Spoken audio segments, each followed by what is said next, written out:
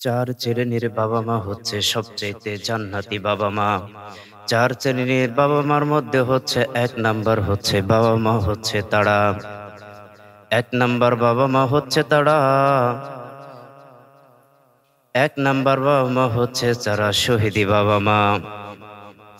বিশ্বনবী হযরত মুহাম্মদ সাল্লাল্লাহু আলাইহি ওয়াসাল্লাম মদিনাতে একটা যুবকের কাফন দাফন করার পর মদিনায় থেকে যখন চলে আসতেছেন, দেখে একটা একটা মা ওই জায়গার মধ্যে বসে আছে। নবীজি বলতেছে, হে মা, তুমি এই জায়গার মধ্যে বসে আছো, এই জায়গার মধ্যে যে তুমি বসে আছো, যে সন্তানকে আমি আজকে মদিনাতে কাফন দাফন করে আসলাম, তুমি কি ওই সন্তানের মা নাকি? ওই বৃদ্ধ মা বলতেছে, হ্যাঁ হ্যাঁ হ্যাঁ, আমি ওই যুবকের মা। তুমি এই জায়গার মধ্যে কান্না করতেছ, আমি তো তোমার সন্তানকে তো আমি মদিনাতে কাফন দাফন করে দিয়ে এসেছি। বৃদ্ধ মা কথা শোনার পর চোখের পানিগুলো বৃদ্ধ মা কথা শোনার পর চোখের পানিগুলো মুছে ফেলাইলো। মুছে ফেলানোর পর নবীজিকে বলতেছে, হে নবীজি, আমি চোখের পানি আমি মুছে ফেলাইলাম। এই কারণে আমি মুছে ফেলাইলাম, আমি জানি শহীদি বাবা মা হচ্ছে জান্নাতি বাবা মা। আমার সন্তান শহীদ হয়ে গিয়েছে, আমার সন্তান যে শহীদ হয়ে গিয়েছে, আমি জানি আমাকে নিয়ে আমার সন্তান জান্নাতের ভিতর যাবে। দুই নাম্বার বাবা মা হচ্ছে ওই সমস্ত সন্তানের বাবা মা সবচাইতে ভাগ্যবান বাবা মা। দুই নাম্বার সন্তানের বাবা মা হচ্ছে সবচাইতে ভাগ্যবান বাবা মা হচ্ছে তারা, যে সন্তানরা, যে বাবা বা যে সন্তানকে হক্কানি আলেম বানায়, হাফেজে কোরআন বানায়, হক্কানি আলেম বানায়, কোরআনের হাফেজ বানায়, ওই সমস্ত বাবা মা হচ্ছে সবচেয়ে ভাগ্যবান বাবা মা। ওই সমস্ত বাবা মা হচ্ছে সবচাইতে ভাগ্যবান বাবা মা। কথা ঠিক কিনা? তিন নাম্বার বাবা মা হচ্ছে তারা, তিন নাম্বার ভাগ্যবান বাবা মা হচ্ছে তারা, তিন নাম্বার ভাগ্যবান সন্তানের বাবা মা হচ্ছে তারা, যারা বালেক অবস্থায় দুনিয়া থেকে বিদায় হয়ে যায়।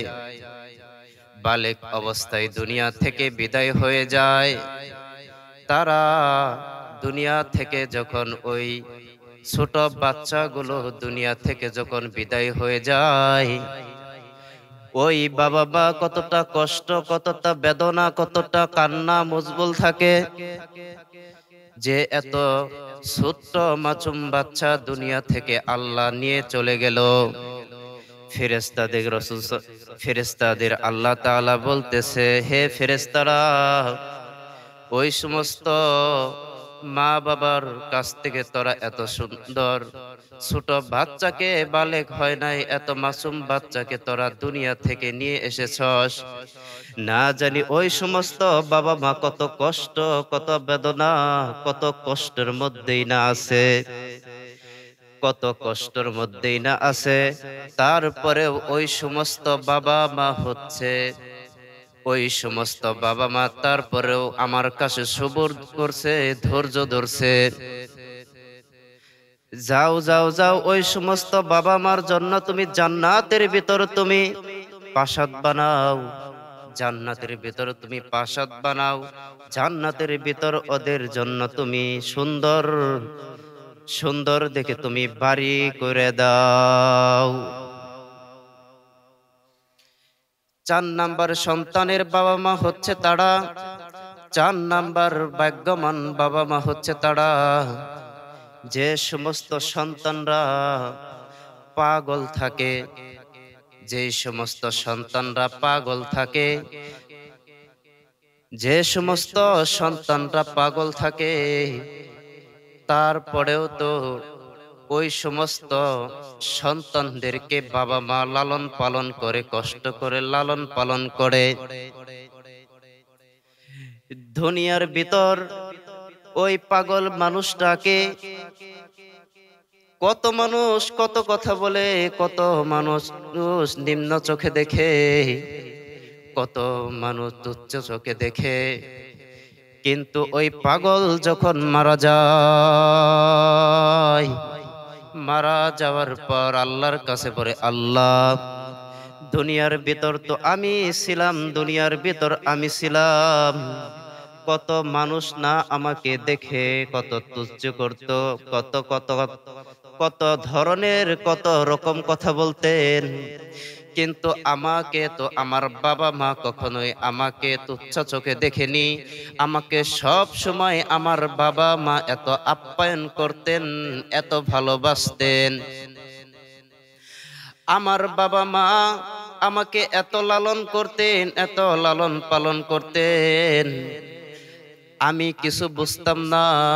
তারপরও আমার বাবা মা কখনোই আমার উপরে নারাজ হয় নাই। আমি তো ওই সমস্ত বাবা মাকে ছাড়া কি আমি জান্নাতে যেতেও পারি না। এই কারণে কুরআনের ভিতর আল্লাহ তাআলা বলে দিয়েছেন, চার শ্রেণীর বাবা মা বিনা হিসাবে জান্নাতি। চার শ্রেণীর বাবা মা হচ্ছে বিনা হিসাবে জান্নাতি। এক নাম্বার হচ্ছেন তো ওই সমস্ত বাবা মা, যে সমস্ত বাবা মা, এক নাম্বার তো হচ্ছেন ওই সমস্ত বাবা মা যারা, এক নাম্বার বাবা মা হচ্ছে তারা যারা দুনিয়াতে শহীদি বাবা মা হন। এক নাম্বার ভাগ্যবান বাবা মা হচ্ছে তারা যারা দুনিয়ার ভিতর শহীদি বাবা মা, সন্তান শহীদি সন্তানের বাবা মা। দ্বিতীয় নাম্বার হচ্ছেন তারা যারা সন্তানকে হক্কানি আলেম বানায়, যারা কুরআনের হাফেজ বানায়, যারা মাদ্রাসাতে লেখাপড়া করাইয়া সন্তানকে মানুষের মতো মানুষ বানায়, হাজার হাজার মানুষকে দিনের পথে আনে, হাজার হাজার মানুষকে আল্লাহর দিনের পথে আনে, হক্কানি আলেম বানায় ওই সমস্ত বাবা মা। তিন নাম্বার বাবা মা হচ্ছে তারা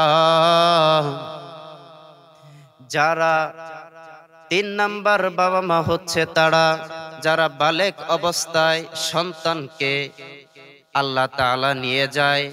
সন্তান মারা যাওয়ার পরও বাবা মা ধৈর্য ধইরা থাকে, চোখের পানি কখনো ওই সন্তানের জন্য ফালায় না, ওই সন্তানের জন্য চোখের পানি ফালায় না, ধৈর্য ধরে থাকে। চার নাম্বার বাবা মা হচ্ছে ভাগ্যবান বাবা মা হচ্ছে তারা, চার নাম্বার বাবা মা হচ্ছে তারা যা সন্তানকে দুনিয়ার ভিতর জন্ম দিয়েছে, হয়তো পাগল, হয়তো চোখে দেখে না,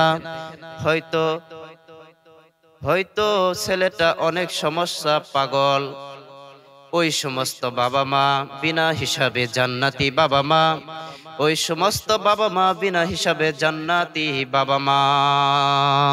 দুনিয়ার ভিতর তো আমরা কত মানুষ আছি, আজকে আমরা একটা পাগলকে দেখলে বলি ও পাগল, যা যা যা, আমরা দুনিয়া থেকে সরায় দেই, আমরা আমাদের জায়গা থেকে তাদেরকে তাড়িয়ে দেই। কিন্তু আমরা একটা পাগল আমাদের সামনে আসলে আমরা ওই পাগলকে আমরা তুচ্ছভাবে দেখি, আমরা তাদেরকে তুচ্ছভাবে দেখি, এমনকি তাদেরকে আমাদের কাছ থেকে তাদেরকে সরিয়ে দেই, চইলা যাইতে বলি। আল্লাহ তাআলা বলছেন, তোমরা অন্ধ লোককে এত কষ্ট করার পর ওই সন্তানকে দুনিয়াতে তার বাবা মা এত লালন পালন কষ্ট কইরা লালন পালন করে, কিন্তু তোমরা তাদেরকে মহব্বত করো, ভালোবাসো। আজকে আমাদের সমাজের মধ্যে দেখা যায়, আমাদের মধ্যে দেখা যায়, আজকে আমাদের মধ্যে যদি কারো মাসুম বাচ্চা যদি দুনিয়া থেকে চলে যায়, আমরা এমন ভাবে কান্না করতে থাকি, আল্লাহ তাআলা কুরআনের মধ্যে বলে দিয়েছেন, এ আমার যুবকরা, তোমরা কান্না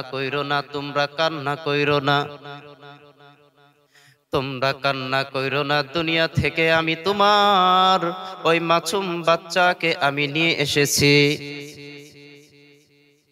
কিন্তু সাহাবী কেরামরা আল্লাহ তাআলার কাছে দোয়া করতেন আর বলতেন, আল্লাহ আমাকে আরো বেশি বেশি সন্তান দান করেন, বেশি সন্তান দান করেন। যদি একটা যদি মারা যায় তাহলে তো আমার জান্নাতে যাওয়ার জন্য সহজ হয়ে গেল। এই কারণে সাহাবীরা বেশি বেশি আল্লাহর কাছে দোয়া করতেন আর বলতেন, আল্লাহ আমাকে আমার ঘরে বেশি বেশি সন্তান দান করেন। একটা দুইটা যদিও মারা যায়, কিন্তু কিয়ামতের দিন তো আমি জান্নাতে যাওয়ার জন্য সহজ হয়ে গেল। কিয়ামতের দিন তো আমাকে জান্নাতে নিয়ে যাবে, বিনা হিসাবে তো আমি ওদের সাথে আমি জান্নাতের ভিতরে যাইতে পারবো। আমরা অনেকেই ভাবি, এমন ভাবে কান্না করি, কিন্তু সাহাবীরা কান্না করতেন না। সাহাবীরা ধৈর্য ধরে থাকতেন। আর আমাদের সমাজের মধ্যে আমার বাবাজিরা, আমার যুবক ভাইরা, এই কারণে আমাদের ধৈর্য ধরা দরকার আসেনি, আমাদের ধৈর্য ধরে থাকলে আল্লাহ তাআলা কুরআনের মধ্যে যখন বলে দিয়েছেন, ওই সমস্ত সন্তানরা হচ্ছে বিনা হিসাবে জান্নাতি, তার বাবা মাও তো হচ্ছে বিনা হিসাবে জান্নাতি।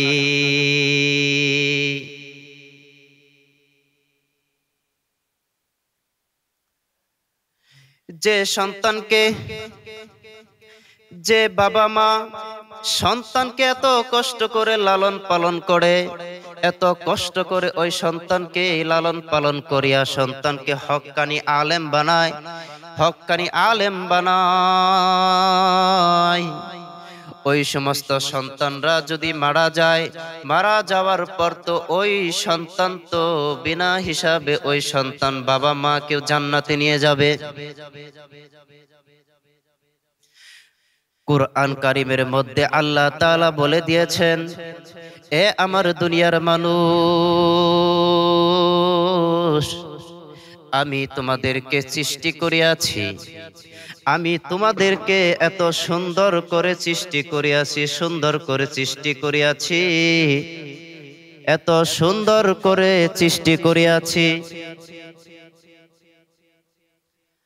আমি তোমাদেরকে এত সুন্দর করে সৃষ্টি করিয়াছি, তুমি আজকে এই সৌন্দর্যটাকে তুমি বিভিন্ন জায়গায় যায় তুমি ব্যয় করতেছো। একটা উদাহরণ দেই, যে উদাহরণটা হচ্ছে, একটা যুবক মনে করেন মসজিদে আসার জন্য যখন বাড়ি থেকে রওনা হয়ে গেল, মসজিদে আসার পর দেখে রাস্তার কাছে একটা ইটা পইরা রইছে, একটা ইটার সাথে ধাক্কা খেলো, পা কেটে গেল। এখন আমরা ভাবি, আমি তো এখন ভালো একটা কাজের মধ্যে যাচ্ছি, মসজিদের মধ্যে আমি যাইতেছি, এই জায়গার মধ্যে আমি ব্যথা পাইলাম,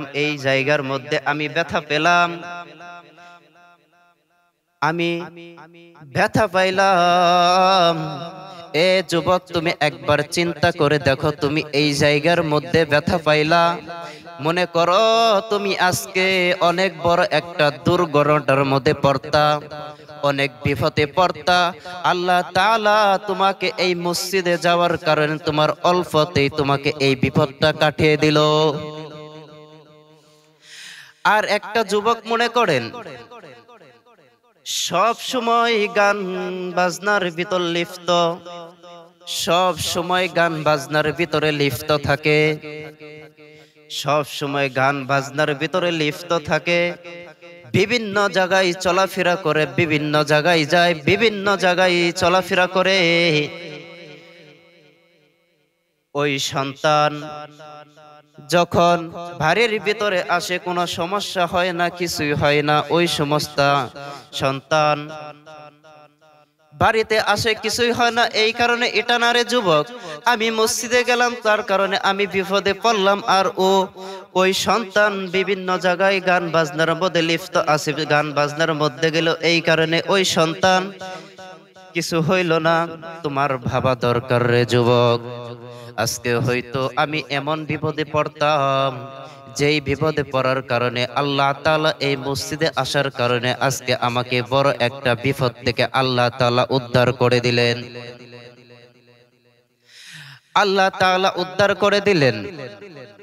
হে আমার যুবক ভাইরা, হে আমার বৃদ্ধ বাবাজি, কথাগুলো ভালো করে বুঝে নাও, কথাগুলো ভালো করে বুঝে নাও। তোমাদের সন্তানকে আলেম বানাও, হক্কানি আলেম বানাও। তোমাদের সন্তানকে হক্কানি আলেম বানাইলে কতটা মর্যাদা দুনিয়াতে ভাই বুঝবা না। হে বৃদ্ধ বাবা, দুনিয়াতে তুমি বুঝবা না। তুমি হাদিসের মধ্যে এসেছে, তুমি যদি সন্তান তোমার নিজে আলেম হও, নিজে আলেম না হতে পারলে তুমি তোমার সন্তানকে আলেম বানাও। তোমার সন্তানকেও যদি আলেম না বানাতে পারো, তোমার বাস্তা বুস্তাকে তুমি আলেম বানাও। তোমার বাস্তা বুস্তাকেও যদি তুমি আলেম না বানাতে পারো, তোমার ছেলের ঘরে তোমার নাতি পুতিকে তুমি আলেম বানাও। তোমার নাতি পুতিকেও যদি আলেম না বানাতে পারো, আলেমদের সাথে মহব্বত করো, আলেমদেরকে ভালোবাসো, আলেমদের সাথে একসাথে বসে খানা খাও। আলেমের যে কি মর্যাদা, একজন আলেমের বাবার যে কত মর্যাদা, এটা ভাই তুমি দুনিয়ার ভিতরে তুমি বুঝতেছ না। আজকে তোমার সুযোগ আছে, তুমি সুযোগটাকে তুমি হাতছাড়া করছো। আজকে তোমার সুযোগ আছে, তুমি সুযোগটাকে হাতছাড়া কইরো না রে বাবা। এ বাবা, তুমি আলেমদেরকে তুমি সম্মান করতে ভালোবাসো। আজকে আলেমদেরকে তুমি সম্মানের কারণে কাল কিয়ামতের ময়দানের মধ্যে তুমি আল্লাহর কাছে বলতে পারবা, আল্লাহ আমি দুনিয়ার মধ্যে কিছুই করি নাই, দুনিয়ার মধ্যে আমি এমন কোন কাজও করি নাই, আমি তোমার কাছে আয়সা দাঁড়ায় বলবো আমি এই আমলটা করেছি। আমি এমন কোন আমলও আমার কাছে নাই, আমার কাছে শুধু একটা আমল আছে। সেই আমলটা হচ্ছে আমি আলেম ওলামাদের সাথে আমি মহব্বত করতাম, ভালোবাসতাম, তাদেরকে আমি এতটা মহব্বত করতাম, এর কারণে এই কারণে আল্লাহ তাআলা তোমাকে মাফ করে দিতে পারে।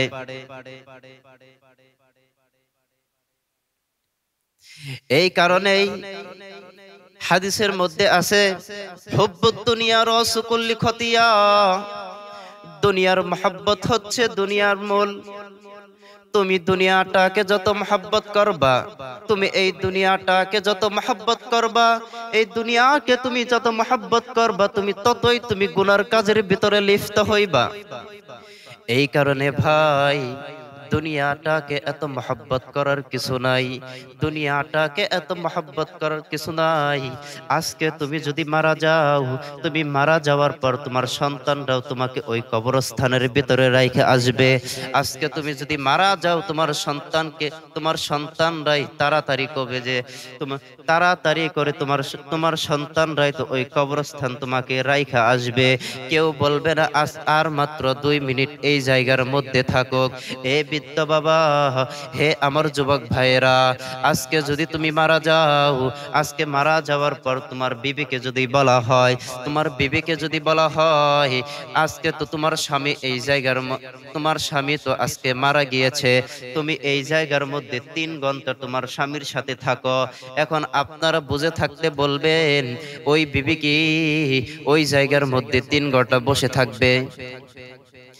হে, কেউ তো ওই জায়গার মধ্যে বসে থাকবে না। কেউ তো তোমার জন্য ওই জায়গার মধ্যে বসে থাকবে না। হয়তো কিছু সময়ের জন্য তোমার জন্য কান্না করবে, হয়তো তোমার জন্য কান্না করবে, কিন্তু তোমার আপন বলতে কিছু থাকবে না। এই কারণেই বৃদ্ধ বাবা বলি, তোমার সন্তানকে হক্কানি একটা আলেম বানায়া যাও। তোমার সন্তানকে দিনের জন্য একটা দিনের রাস্তার দিনের জন্য তুমি একটা দিনের জন্য একটা তুমি তৈরি করে যাও, দিনের জন্য একটা লাইন বানিয়ে যাও, যেন কাল কিয়ামতের ময়দানে তোমার ওই সন্তান তোমাকে কিয়ামতের ময়দানে যেন তোমার ওই সন্তান তোমাকে জান্নাতে নিয়ে যেতে পারে। এই কারণেই তোমার সন্তানকে একজন আলেম বানাও। এই কারণেই তোমার দুনিয়ার ভিতর তোমার আমলকে তুমি মজবুত করো। তোমার আমলকে কিয়ামতের দিন তোমার দুনিয়ার কেউ কাজে আসবে না, দুনিয়ার কেউ তোমাকে দেখার জন্য আসবে না। তুমি কি করলা, আজকে তুমি বিপদে পড়লে হয়তো তোমার বাবা তোমার পাশে দাঁড়াবে। আজকে তুমি বিপদে পড়লে হয়তো তোমার বড় ভাই তোমার পিছনে আইসা দাঁড়াবে। হয়তো আজকে বিপদে পড়লে তোমার সমাজের লোকেরা তোমাকে আজকে কিছু পরামর্শ টাকা দিয়ে তোমাকে সহযোগিতা করবে। আজকে তুমি বিপদে পড়লে হয়তো তোমার এলাকাবাসী তোমাকে সাহায্য করার জন্য হাতটা বাড়িয়ে দিবে। কিন্তু যুবক, তুমি একবার চিন্তা করে দেখো। হে যুবক, তুমি একবার চিন্তা করে দেখো। হে বৃদ্ধ বাবা, তুমি একবার চিন্তা করে দেখো। তোমার তো বয়স হয়ে গেছে 45, তোমার বয়স হয়ে গেছে 40। এখন পর্যন্ত তো তুমি সূরা ফাতিহাটাও তুমি বলতে পারো না। এখন পর্যন্ত তুমি সূরা ফাতিহা স্পষ্ট ভাষায় তুমি স্পষ্ট করে তুমি পড়তে পারো না। এ বৃদ্ধ বাবা, তোমার বয়স হয়ে গিয়েছে 40। আজকে নামাজের ভিতর যদি আজকে ইমাম সাহেব যদি না থাকে, আজকে যদি বলা হয় যান সামনে যান নামাজটা পড়ানোর জন্য, তুমি পড়াইতে পারো না। এ বৃদ্ধ বাবা, তুমি এতটা বছর তুমি দুনিয়ার ভিতর কাটাইলা, তুমি এতটা বছর তুমি এই দুনিয়ার মধ্যে তুমি কাটিয়ে ফেললা, তুমি একবারও কবরের কথা তুমি চিন্তা করলা না। তুমি একবারও তুমি কবরের কথা তোমার কখনোই চিন্তা করলা না। তুমি কিয়ামতের দিন তোমার প্রথম রাতটা কেমন হইবে, কিয়ামতের দিন তুমি কেমনে থাকবা, কিয়ামতের দিন তুমি কেমনে তুমি ওই কবরের মধ্যে থাকবা, তুমি কেমনে চলাফেরা করবা। এই কারণেই তো আল্লাহ তাআলা কুরআনে কারীমের মধ্যে বলে দিয়েছেন,